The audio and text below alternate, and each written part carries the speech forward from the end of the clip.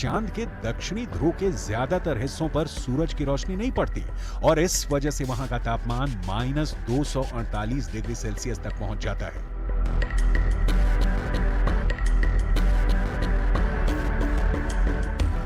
NASA के मुताबिक चांद के दक्षिणी ध्रुव पर बर्फ है। बर्फ के साथ दूसरे कई प्राकृतिक संसाधन भी हो सकते हैं। साल 1998 में नासा ने मून मिशन के तहत यह बताया था कि दक्षिणी ध्रुव पर हाइड्रोजन है। नासा का दावा है कि अधिक मात्रा में हाइड्रोजन होने की वजह से वहां बर्फ की संभावना है। इसके अलावा चांद के दक्षिणी ध्रुव पर बड़े-बड़े पहाड़ और कई गड्ढे हैं। चंद्रमा पर नजर रखने वाले वैज्ञानिकों की माने तो चांद के दक्षिणी सतह पर कई सारे गड्ढे ऐसे भी हैं जहां अरबों साल से सूरज की रोशनी नहीं पड़ी है। ऐसे में चंद्रयान 3 का चंद्रमा के ऐसे इलाके में जाना और जानकारी जुटाना अब तक के हुए सभी मून मिशन के बीच मील का पत्थर जैसा है और स्पेस साइंस की दुनिया में यह ऐसा करिश्मा है जिसे अभी तक कोई देश नहीं कर सका था। चांद के दक्षिणी ध्रुव वाले हिस्से में बड़े-बड़े क्रेटर हैं, जिन्हें आम बोलचाल की भाषा में गड्ढा कहा जाता है। ज्यादातर गड्ढे ऐसे हैं जहां अरबों साल से अंधेरा है। अमेरिका के नासा के मुताबिक घुप अंधेरे के बीच यहां बर्फ का जमाव हो सकता है।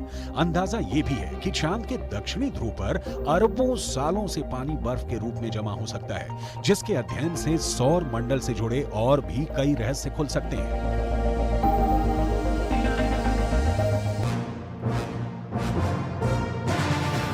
यानी भारत का चंद्रयान 3 चांद के उस हिस्से में पहुंचा है जो हमें नहीं दिखता है। सवाल है, आखिर चंद्रमा का एक ही हिस्सा हमें क्यों दिखता है? चांद खुद भी अपनी धुरी पर घूमता है और पृथ्वी के गुरुत्वाकर्षण बल के कारण चंद्रमा उसके चारों ओर चक्कर लगाता रहता है। धरती का यही गुरुत्वाकर्षण बल हमें चांद के दूसरे तरफ को देखने नहीं देता। दरअसल चांद में पृथ्वी से जुड़ा एक गुरुत्वाकर्षण केंद्र है। गुरुत्वाकर्षण केंद्र चांद के बीच में नहीं बल्कि उस हिस्से में है जो धरती की तरफ है। पृथ्वी का गुरुत्वाकर्षण बल चांद को अपनी तरफ खींचे रखता है। इसी वजह से चांद एक ही स्थिति में धरती के चारों तरफ घूमता रहता है और चंद्रमा का दूसरा हिस्सा धरती से नजर नहीं आता।